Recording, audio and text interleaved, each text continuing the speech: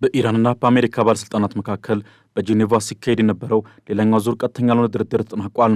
ምንም እንኳን ድርድሩን ያካሄደው የኦማን ወገን ጉልህ መሻሻል ታይቷል ቢልም ጦርነትን ለማስቀረት ሁለቱም ወገኖች ከአቋማቸው ፈቀቅ ስለማለታቸው ግን እስካሁን ግልጽ የሆነ ማረጋገጫ አልተገኘም። ከዚህ ባለፈ በድርድር ሂደቱ መሻሻሎች ቢታዩም የጦርነቱ ስጋት ግን አሁንም አልረገበም ተብሏል።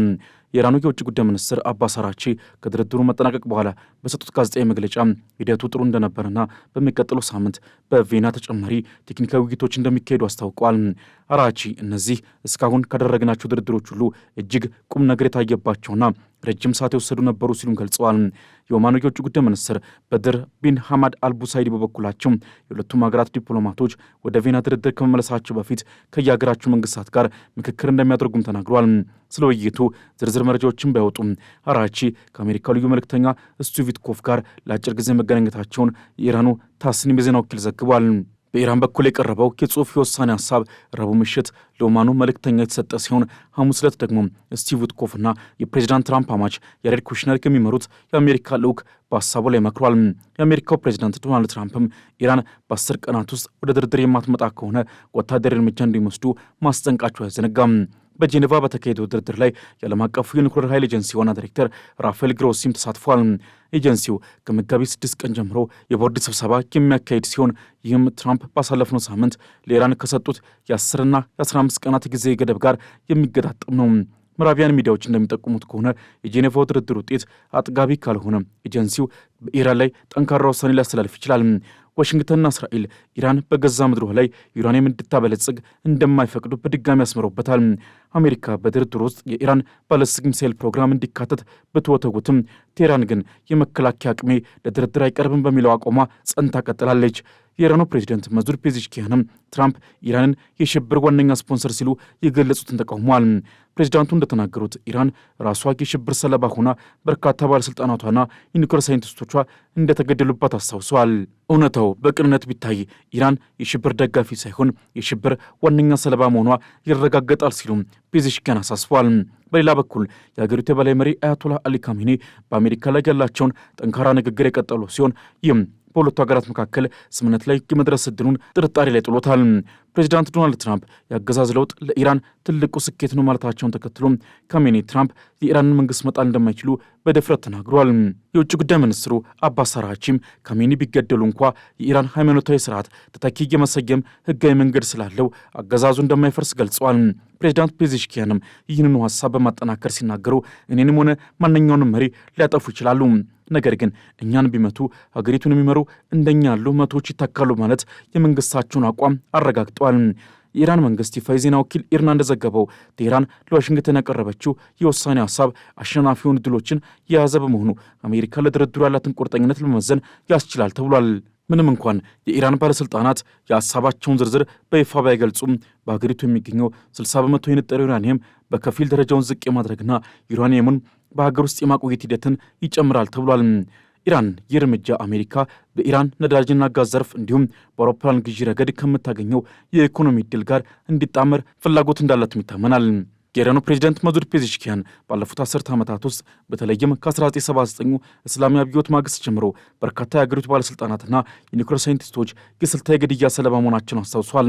ፕሬዚዳንቱ አክለውም እውነታው በቅንነት የታየ እንደሆነ ኢራን የሽብር ደጋፊ ያለመሆኗ ብቻ ሳይሆን በቀጠናውም ሆነ በመላው ዓለም ዋነኛ የሽብር ሰለባ መሆኗ በግልጽ ይታወቃል ብለዋል።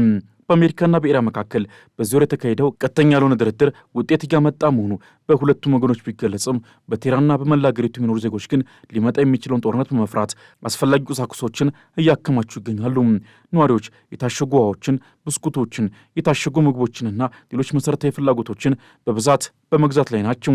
ስሙ እንዳይጠቀስ የፈለገ የ28 ዓመት የቴህራን ነዋሪ ያለውን ስጋት ሲገልጽም ከጥቂት ቀናት በፊት የኤሌክትሮኒክስ መሳሪያዎችን ቻርጅ ለማድረግ ፓወር ባንክ ገዝቻለሁ። አሁን ደግሞ መንግስት ኢንተርኔት ቢዘጋና ኤሌክትሪክ መሠረተ ልማቶች በቦምብ ቢመቱ ዜና የምሰማበት አጭር ሞገድ ሬዲዮ እየፈለግኩ ነው ብሏል። ኢራን ካለፉት ታሪክ አጋጣሚዎች መነሳት እንዲህ ላለው የመረጃ እገዳ ስጋት አላት።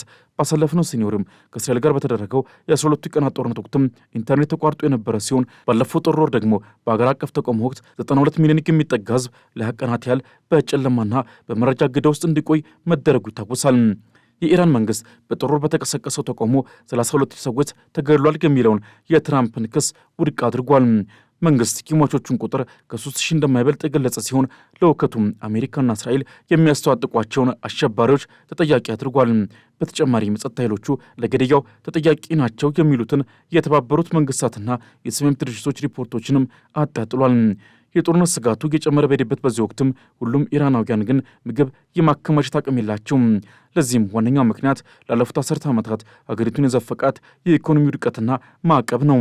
ሐሙስ ዕለት የወጡ የኢራን ስታትስቲክስ ማዕከልና የኢራን ማዕከላዊ ባንክ ሪፖርቶች እንደሚያመለክቱት የአገሪቱ ዓመታዊ ዋጋ ግሽበት ከ60 በመቶ በላይ መሻገሩ ተረጋግጧል። የስታትስቲክስ ማዕከሉ ግሽበቱን 68.1 በመቶ ሲያደርሰው ማዕከላዊ ባንኩ ደግሞ 62.2 በመቶ መሆኑን ገልጿል።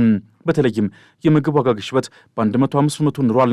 የምግብ ዘይት 207 በመቶ፣ የዳቦና የበቆሎ ውጤቶች 142 በመቶ፣ ስጋ 117 በመቶ፣ ፍራፍሬዎች 113 በመቶ፣ እንቁላልና የወተት ተዋጽኦች ደግሞ 108 በመቶ አስደንጋጭ ጭማሪ አሳይቷል። ከዚሁ ጋር ተያይዞ የአገሪቱ ገንዘብ ሪያል በታሪክ ዝቅተኛው ደረጃ ላይ ደረሰ ሲሆን አንድ የአሜሪካ ዶላርም በ1.66 ሚሊዮን ሪያል እየተመነዘረ ይገኛል። ይህ የኢኮኖሚ ድቀትና የጦርነት ጥላም የፐርሺያን ምድር በታላቅ ጭንቀት ውስጥ ከቷታል።